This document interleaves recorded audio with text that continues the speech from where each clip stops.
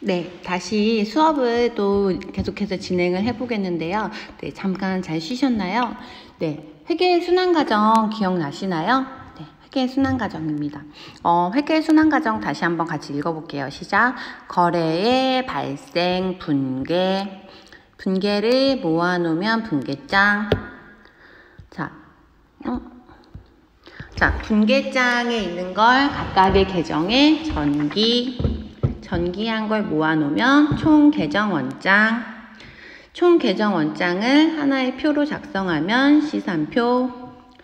시산표의 내용이 잘못되면 오류를 수정해서 결산 정리 분계. 결산 정리 분계를 해서 하나의 표로 나타내면 정산표. 정산표에 있는 내용을 각각의 장부를 마감해서 내년으로 보내고 2월 시산표. 그래서 마지막으로 나오는 재무제표. 자, 재무제표에 뭐가 있는지 한번 같이 얘기해 볼게요. 시작. 재무상태표, 손익계산서, 현금흐름표, 주석 있습니다. 그래서 우리가 분계를 하고 이제 회계를 하려면요, 요 계정 과목을 알아야 돼요. 아까 계정 과목은 뭐라 그랬죠? 이제 계산해서 장부에 적어 놓은 내용을, 이름을 사람들이 이 사람 저 사람 쓰는 용어가 다 다르면 헷갈리기 때문에 과목 이름을 붙여서 정한 거를 계정 과목이다. 계산한 걸 과목으로 정했다. 그래서 계정 과목이라고 합니다. 그래서 보시면 자산, 부채, 자본, 수익, 비용 해서 우리 교과서에 보시면 여기 이제 나와 있는 요 표처럼 요렇게 생긴 표가 있거든요. 요 표를 꼭 기억을 해주셔가지고 요 표를 교과서에서 찾아보세요. 그래서 요 표를 보시고 계정 과목을 꼭 암기를 해주셔야 돼요. 그래서 보시면 현금은 한국은행에서 발행한 주화나 통화대용증권을 현금이라고 한다. 그리고 당좌예금은 거래은행과 당좌 거래를 맺고 당좌수표를 발행할 목적으로 하는 예금을 당좌예금이라고 한다. 보통예금은 입금과 출금을 자유롭게 할 수 있는 보통예금. 현금성 자산은 현금 전환이 용이하고 취득 당시 만기가 3개월 이내인 금융상품. 단기예금은 만기가 1년 이내에 도래하는 정기예금이나 정기적금. 그리고 단기매매증권은 단기간의 매매 차익을 목적으로 취득한 주식이나 국공채, 사채 등으로 매수와 매도가 적극적이고 빈번하게 이루어지는 유가증권. 단기 대여금은 1년 이내에 회수할 목적으로 타인에게 빌려준 금액, 대여는 빌려주다 라는 뜻이에요. 외상매출금은 외상으로 상품을 매출하고 받을 돈. 받을 어음은 상품을 매출하고 받은 어음상의 채권 금액. 그 매출이라는 말은 매자는요, 팔매자예요. 그래서 우리 부동산 가면은 매매라고 써 있는 경우 있거든요. 집을 매매한다. 그때 매자는요, 살매, 팔매입니다. 그래서 살 때도 매라고 하고요, 팔 때도 매자라고 해요. 그래서 이때 출자는요, 상품이 나에게 팔려 나갔다 라고 해서 매출. 매출은 뭐예요? 산 거예요? 판 거예요?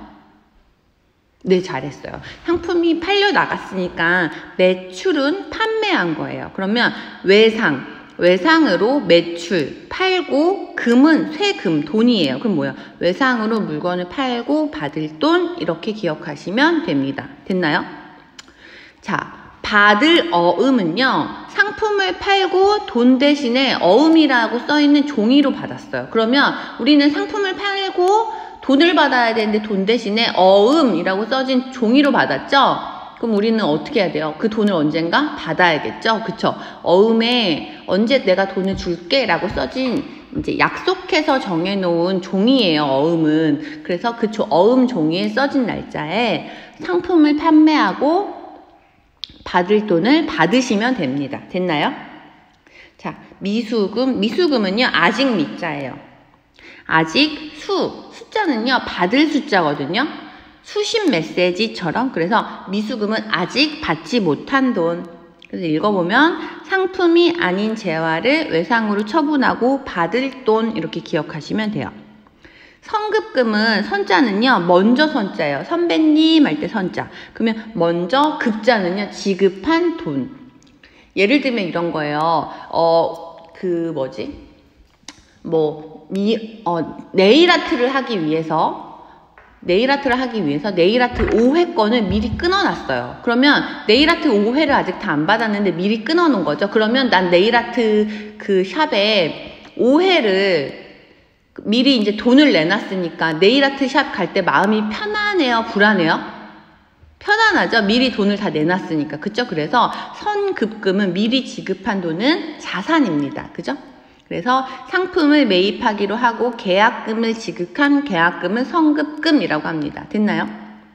상품은 판매할 목적으로 구입한 물품. 투자부동산은 투자 목적으로 시세 차익을 얻기 위해서 보유하고 있는 토지나 건물. 만기보유증권은 만기까지 보유할 적극적인 의도와 능력을 갖고 보유한 재무증권. 이거는요, 그 증권은 사채나 주식을 보통 증권이라고 회계에서 얘기하는데, 문제를 풀 때 문제에 써 있어요. 만기까지 보유할 목적으로 주식을 샀다. 주식은 만기가 없어요. 사채를 샀다. 이렇게 써 있으면 만기 보유 증권이고요. 사채를 중간에 판매하려고 샀다. 그러면 매도 가능 증권이라고 생각하시면 됩니다. 근데 사채를 1년 미만으로 투자하려고 샀다. 그러면은 단기 매매 증권이에요. 이렇게 구분하시면 돼요. 그래서 단기 매매 증권이나 만기 보유 증권, 지분법 적용 투자 주식으로 분류하지 아니하는 유가 증권은 매도 가능 증권이라고 합니다. 그 다음에 아까 대여 뭐라고 했죠? 만화책을 대여하다 뭐 이래서 대여는요 빌려주다예요. 그럼 뭐예요? 장기는 회계에서 장기는 1년 그렇죠 이상이에요. 그래서 장기 대여금은 1년 이상으로 받기로 하고 빌려준 돈. 읽어보면 1년을 초과하여 회수할 목적으로 타인에게 빌려준 금액. 그쵸? 그러면 빌려준 돈이니까 받을 돈. 받을 돈은 자산, 부채, 자본 중 자산에 들어갑니다. 장기예금은 만기가 1년 이후에 도래하는 정기예금이나 정기적금. 토지는 업무용으로 사용할 목적으로 보유하는 토지. 이거 사용할 목적은 토지예요. 근데 아까 저 위에서 그 사용할 목적이 아니라 투자할 목적으로 산 건 뭐예요? 투자 부동산. 그 두 개를 구분해서 기억해 주셔야 돼요. 그죠?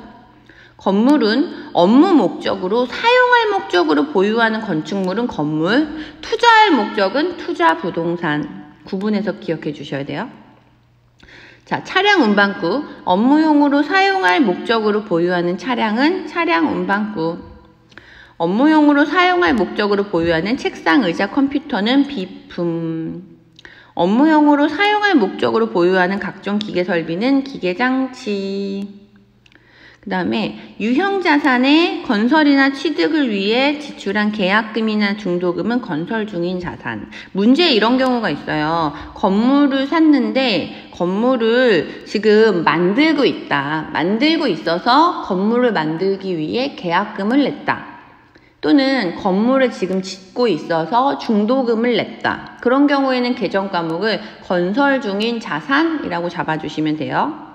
그리고 합병, 영양, 인수 등의 경우에 유상으로 취득한 것으로 순자산가액을 초과하여 지급한 대가는 영업권이라고 합니다. 영업권은 쉽게 말하면 권리금이라고 생각하시면 돼요. 권리금. 내가 예를 들어서 어떤 가게를 이제 취득하려고 하는데 그 가게를 살려고 하는데 그 가게가 백종원 씨가 하던 자리에 있던 가게예요. 그래서 거기에 백종원 씨가 하던 가게면 요즘에 백종원 씨가 굉장히 유명하잖아요. 그래서 백종원 씨 때문에 단골 손님이 많겠죠. 그래서 그 단골 손님이 많은 가게는 그 옆에 있는 가게보다 가게세가 어떨까요? 비싸겠죠. 그래서 그런 경우에는 권리금이라는 이름으로 붙여가지고 가게세를 더 많이 주곤 하는데 이때 그 권리금을 회계에서는 영업권이라고 하고 부르기로 약속을 했습니다.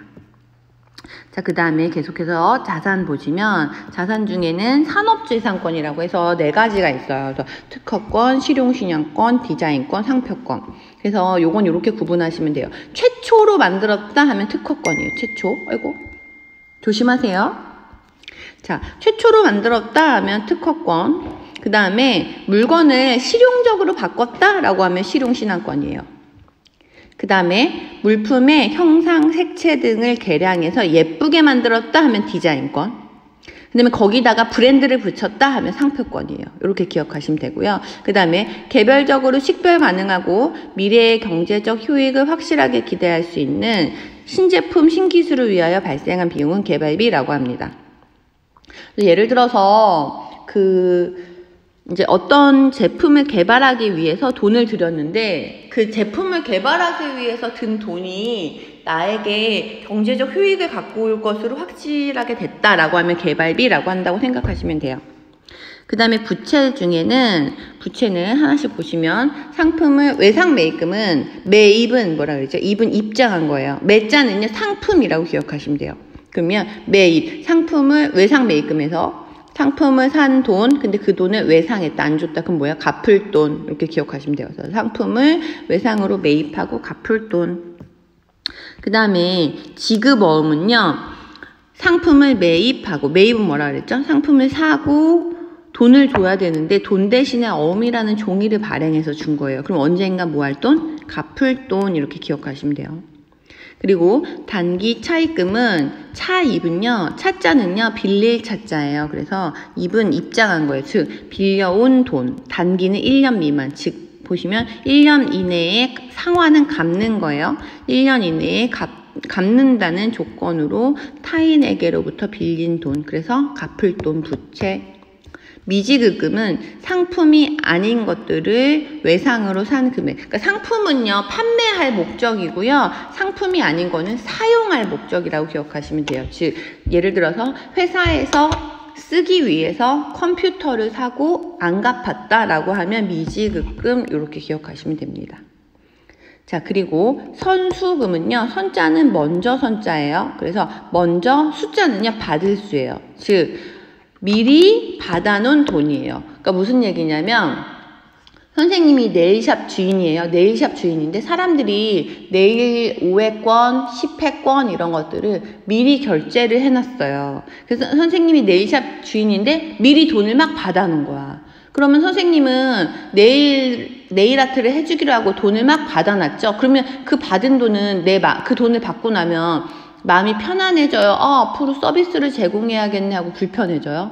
그쵸? 마음이 불편해지죠. 그래서 먼저 받아놓은 돈은 부채로 들어갑니다. 그래서 선수금은 상품을 매출하기로 하고 계약하고 받은 계약금, 선수금 기억하시면 돼요. 그 다음에 예수금은요, 미리 받아놓은 돈이에요. 이것도 마찬가지로. 그래서 급여를 지급할 때 차감되는 소득세, 건강보험료 등을 종업원으로부터 미리 받아서 일시적으로 보관한 거를 예수금이라고 합니다. 그래서 나중에 문제 푸실 때 종업원에게 급여를 지급하면서 소득세나 건강보험료를 미리 받아두었다라고 하면 그때 계정 과목은 예수금으로 잡아주시고, 걔는 부채의 증가니까 대변에 써주시면 돼요. 그 다음에 사채, 주식회사가 장기적으로 거액의 자금을 조달할 목적으로 발행한 채무증권의 이름은 사채라고 기억하시면 됩니다. 사채.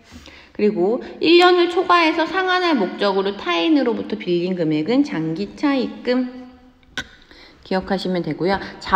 자본은 기업이 경영활동에 필요한 자금을 기업주가 출자한 금액으로 기업이 소유하고 있는 자산의 총액에서 갚아야 할 부채의 총액을 차감한 순자산액을 말합니다.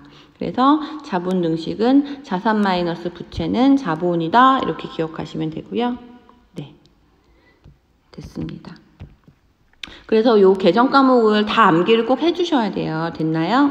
네, 그래서 요거를 꼭 암기를 해주세요.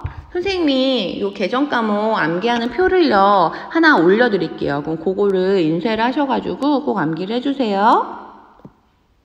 자, 그 다음에 수익과 비용이 있는데 여기까지 하면 너무 머리가 아플 것 같으니까 자산부채 자본까지만 꼭 기억을 해주세요. 넘어갈게요.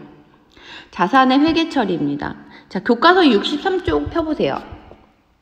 교과서 63쪽. 네, 교과서 63쪽 피셨나요? 네, 할게요. 자, 분개하는 거 같이 연습을 해볼게요. 1월 12일 상품을 판매하고 현금을 수취하다라고 돼 있어요. 그럼 일단 상품 위에다 쓸게요. 자산. 현금 위에다가도 쓸게요. 현금 뭐죠? 자산. 그럼 일단 현금을 수치는요. 받을 숫자예요. 그럼 수치 위에다 쓸게요. 더하기. 그럼 뭐예요? 현금이 들어오고 상품에 있잖아요. 상품을 판매했으니까 판매 위에다 쓸게요. 빼기. 그럼 뭐예요? 상품이 나가고 현금이 들어왔다.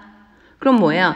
현금이 들어왔으니까 자산의 증가. 자산의 증가는 차변. 차변에 현금 236만원, 대변에 상품 매출 236만원. 선생님이 요거를 빼뜨렸네요. 그래서 대변에 236만원 이렇게 쓰시면 됩니다. 됐나요?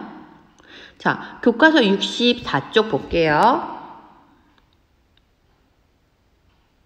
기다릴게요. 자, 머릿속에 이해를 좀 하시고.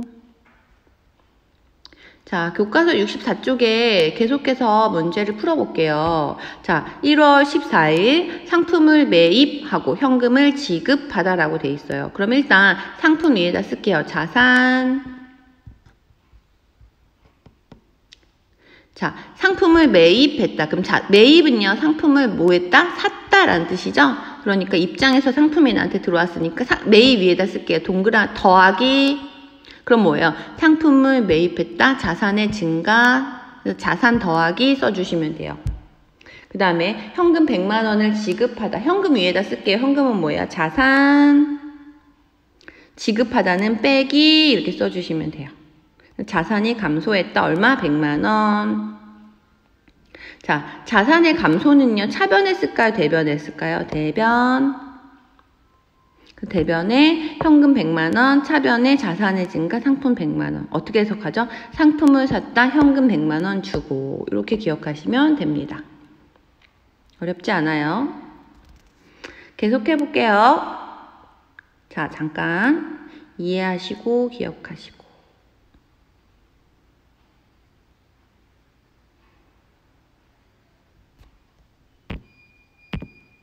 넘어갈게요. 교과서 65쪽 피실게요. 65쪽. 자, 문제 볼게요. 1월 16일 업무용 복사기를 구매하고 라고 돼 있어요. 업무용 복사기 동그라미 하시고요. 위에다 쓸게요. 업무용 복사기의 계정 과목은 뭐죠? 업무용으로 쓰기로 했는데 크기가 크고 10,000원 이상이 되면 네, 비품입니다. 비품 구매했으니까 더하기 빼기 더하기 비품이 증가했다. 비품의 증가는 자산이에요. 부채예요. 그쵸? 자산의 증가. 자산의 증가는 차변. 그쵸? 거기다 다 적어주세요. 다 쓰셔야 돼요. 비품의 증가. 비품의 증가는 자산의 증가. 자산의 증가는 차변까지 다 써주세요.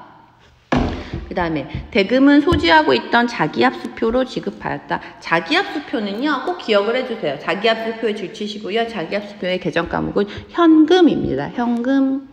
자기합수표는 10만원짜리 수표예요. 10만원짜리 수표는 현금처럼 쓰이거든요. 그래서 현금. 현금으로 돈을 지급했죠. 그럼 돈을 낸 거니까 현금 마이너스라고 써주세요. 자, 현금의 감소는 자산의 감소라고 적어주시고요.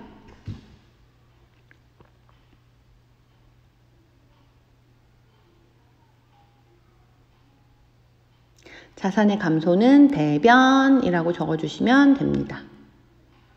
대변. 그러면 분개하면 대변에 현금 50만원, 비품 50만원. 아, 제가 금액을 안 썼네요, 문제. 네, 이렇게 기억하시면 됩니다. 지금 교과서에는요, 그 거래 영수증이 있을 거예요. 네, 근데 아직 거래 영수증을 보기에는 조금 어려우니까 일단 분개하는 연습부터 할게요. 그래서 문제 보시고, 그 다음에 금액만 같이 적어주시면 될 것 같아요. 자, 교과서 67쪽입니다. 67쪽. 1월 20일 현금 계정의 장부 잔액은 1,946만원이나 실제 잔액을 조사한 바 1,931만원으로 밝혀지다 라고 돼 있어요. 그러면 19460 빼기 얼마였죠? 아이고 19310은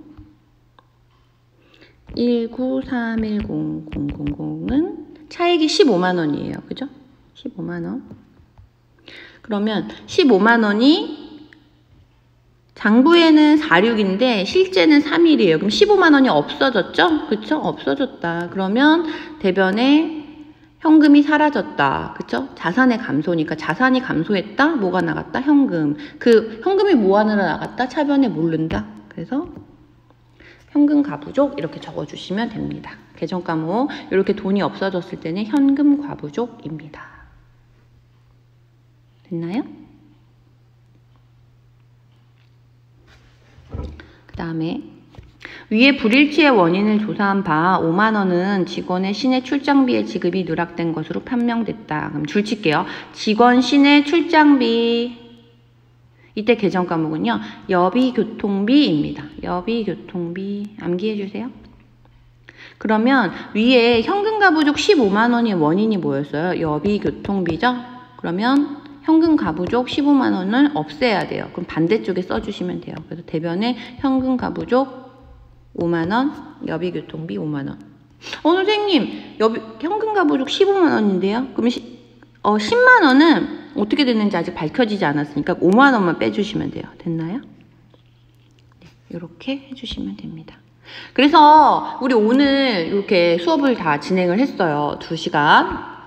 그래서 교과서 22에서 23쪽 문제를 꼭 풀어보시고요. 책에 보시면 정답이 있거든요. 그거 꼭 맞춰주시고 66쪽에 혼자 해보기 문제를 꼭 풀어주세요. 꼭 풀어보시고 그 다음에 모르는 게 있으면 그 선생님한테 개인적으로 연락을 해주셔도 돼요. 선생님 전화번호 다 아시나요? 저장을 해볼게요. 선생님 전화번호 010-7464-6476입니다. 선생님한테 개인적으로 뭐 문자를 해주셔가지고 선생님 이 부분 잘 모르겠어요 하면 선생님이 그 내용을 받아가지고 다음 시간에 수업을 시작할 때 여러분들이 어려웠던 내용을 다시 한번 짚어드리고 그 다음에 진도를 나가도록 할게요. 그래서 모르는 내용이 있으시면 선생님한테 꼭 문자로 선생님 이 부분 다시 설명해 주세요 라고 남겨주시면 선생님이 그 부분을 체크해서 다음 시간 시작할 때 이제 그 부분을 다시 한번 설명을 해드리고 진도를 나가도록 하겠습니다. 그래서 오늘은요, 회계 순환 과정, 그 다음에 오늘도 뭐 했죠? 거래 판료소 배웠고, 분개하는 방법, 그 다음에 전기하는 방법, 이런 내용들 배웠습니다. 그쵸? 네. 오늘 배운 내용, 그 다음에 여러 가지 계정 과목에 대해서 이제 배웠는데, 오늘 배운 내용 꼭 잊지 마시고 기억하시고, 거래 판료소 꼭 10번 써보세요. 그 다음에 계정 과목 선생님이 이따가 올려드리는 표 잊지 말고 꼭 암기를 해주시기 바랍니다. 됐나요? 네, 해서 오늘 수업은 여기까지 하는 걸로 할게요. 여러분 오늘도 고생하셨어요. 안녕히 계세요.